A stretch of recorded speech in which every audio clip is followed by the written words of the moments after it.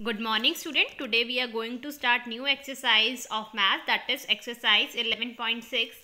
But before starting that we will know how to compare fractions having same numerator. So it is on page number 119.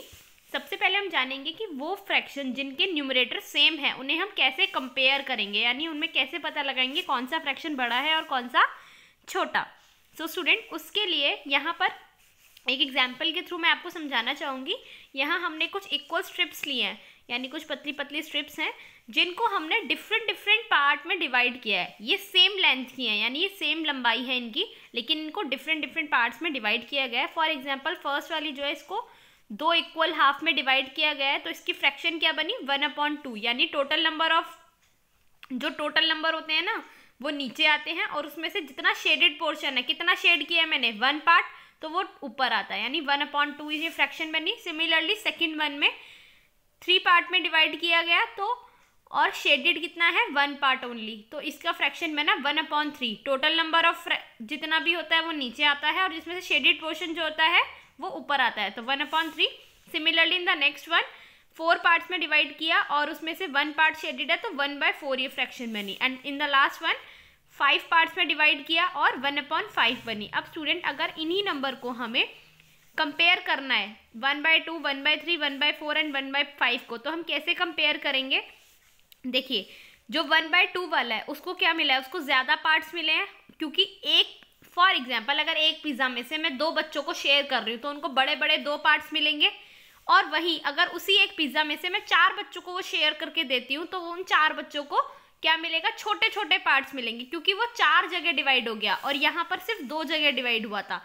तो जहाँ same numerator होते हैं ना student, वहाँ पर actual में जो न्यूमरेटर छोटा होता है, when we compare the two fraction with the same numerator, वहाँ पर जो fraction having smaller denominator is a greater fraction, यानी जहाँ पर हमारे न्यूमरेटर सेम है, तो न्यूमरेटर में तो हम कुछ चेंज देख नहीं सकते, इसीलिए वहाँ हम डिनोमिनेटर को देखते हैं. और डिनोमिनेटर में भी जो स्मॉलर डिनोमिनेटर होगा ना वही वाला फ्रैक्शन बड़ा फ्रैक्शन माना जाएगा, क्योंकि 1/2 और 1/4 में से आप किसको बड़ा फ्रैक्शन कहेंगे, 1/2 को, क्योंकि यहाँ 2 इक्वल हाफ में से बड़े बड़े पोर्शन मिले हैं और वहीं पर 1/4 में से वो 4 पार्ट्स में डिवाइड हो गया, यानी इसमें छोटे छोटे पोर्शंस डिवाइड हुए हैं. तो स्टूडेंट यही टेक्निक हमें अपनी 11.6 एक्सरसाइज में यूज करनी है.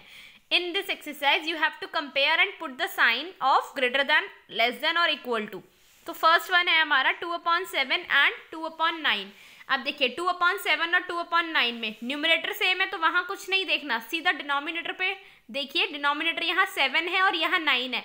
7 और 9 में से छोटा डिनोमिनेटर कौन सा है, यहाँ हमें छोटा देखना है. छोटा कौन सा डिनोमिनेटर है, 7 छोटा है ना, तो 10 फ्रैक्शन हैविंग सेम न्यूमरेटर, उसमें जो डिनोमिनेटर छोटा होगा the fraction that have smaller denominator is the greater fraction, उसी को बड़ा फ्रैक्शन माना जाएगा.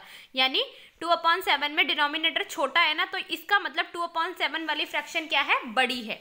सिमिलरली 3/5 और 3/4 है, नहीं तो आप इसको इस तरह से भी समझ सकते हैं कि 5 में से यहाँ 3 पार्ट्स हुए हैं और यहाँ 4 में से 3 पार्ट्स हुए हैं, तो ऑब्वियसली चीज़ है 5 में से 3 पार्ट्स होंगे तो उसमें एक पार्ट एक्स्ट्रा जुड़ गया ना, यानी यहाँ पर कम मिलेंगे. और 4 में से 3 पार्ट्स हुए हैं तो यहाँ क्या हुआ, यहाँ 4 पार्ट्स में से 3 मिले तो वो बड़े बड़े पार्ट्स मिले हैं, तो इसीलिए 3/4 क्या होगा, बड़ा फ्रैक्शन है.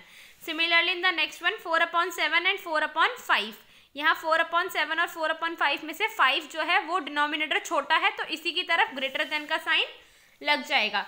इस क्वेश्चन को करते वक्त आप ध्यान रखेंगे जब हमारे सेम न्यूमरेटर होते हैं, यानी ऊपर के नंबर सेम होते हैं और डिनोमिनेटर अलग अलग होते हैं और हमें वहाँ कंपैरिजन करना है, यानी बताना है कि कौन सा नंबर बड़ा है और छोटा है, तब हम उसमें उसके डिनोमिनेटर को देखेंगे.